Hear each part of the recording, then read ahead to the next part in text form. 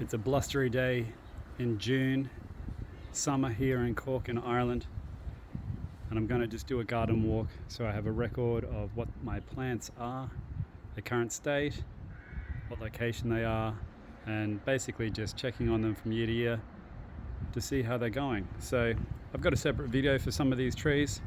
This one here is the Satsuma citrus unshoe. I've transplanted these two yesterday from the front garden. On the left there we have top taste plum on St. Julienne rootstock. Then we have the Oolongs gauge on St. Julienne rootstock. Here, I'm pretty sure this is a red Falstaff, it was incorrectly labelled, and that's on M26 rootstock. Then have the Rubinet on M9 rootstock. The bottom left is the red Rotamond scion. The bottom right is Pitmaston pineapple. Then we have the Jonagore red, which always grows well here. It's a consistent performer. Not a big fan of their apples though, but my wife loves them. Then we have the CH101 Galliwa on M9. The last tree was on M9 as well. And then we have the, is this the Retina on M9? No, it's the Rubella. So all these were pruned yesterday as well, weeded, and they have their chicken wire to protect them from mice and rats and rabbits. We then have the Chilean guava. Sorry about the dog, they're both going crazy. Blueberry, Chilean guava, Chilean guava. Oh, just pointing out back here, this was a Giraldi dwarf mulberry, but I had to cut it out because it grew too big, bushy. Another blueberry, that's a grevillea and it's flowering. Another Chilean guava. As for the state of the garden, these brambles are atrocious coming over from next door, and the trees are growing too big. The Eucalyptus arbor has had to be removed because it basically didn't recover very well from a winter that we had here, and it splint right down the middle. And as those dogs bark, I'm going to go out the front and have a look at this other garden. In here is a bit of a mess as well because we're cleaning up today, taking things to the rubbish tip. Maybe I'll just quickly have a look at that front garden. The English laurel hedges come along really well. That's my next door neighbour's garden. Right, coming back here, stepping into the front garden.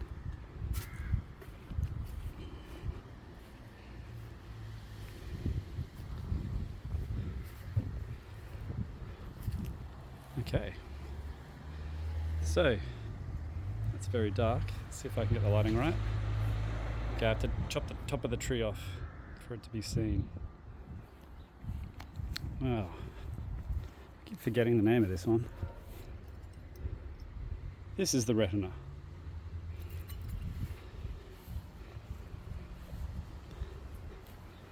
And we have the Red Windsor. It's a naturally dwarfing. Oh, and the Retina is on M9. In fact, all these are on M9 rootstock.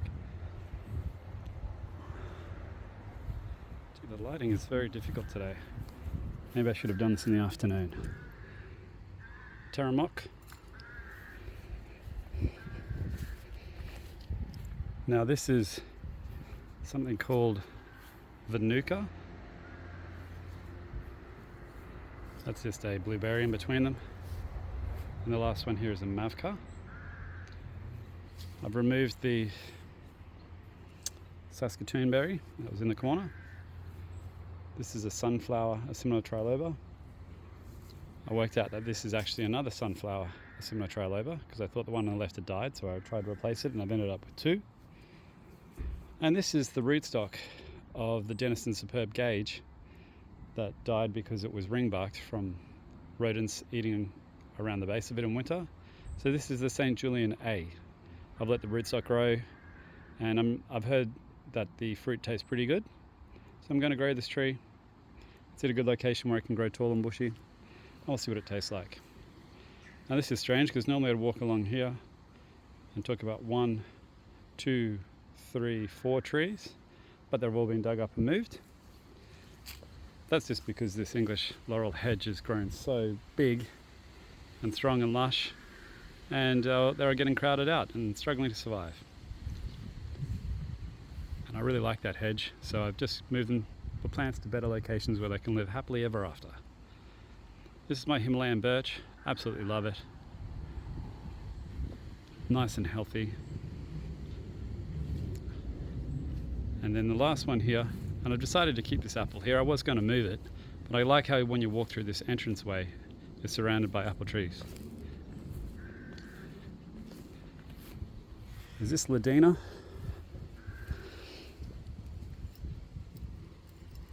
Ladina. It's been here since 2017.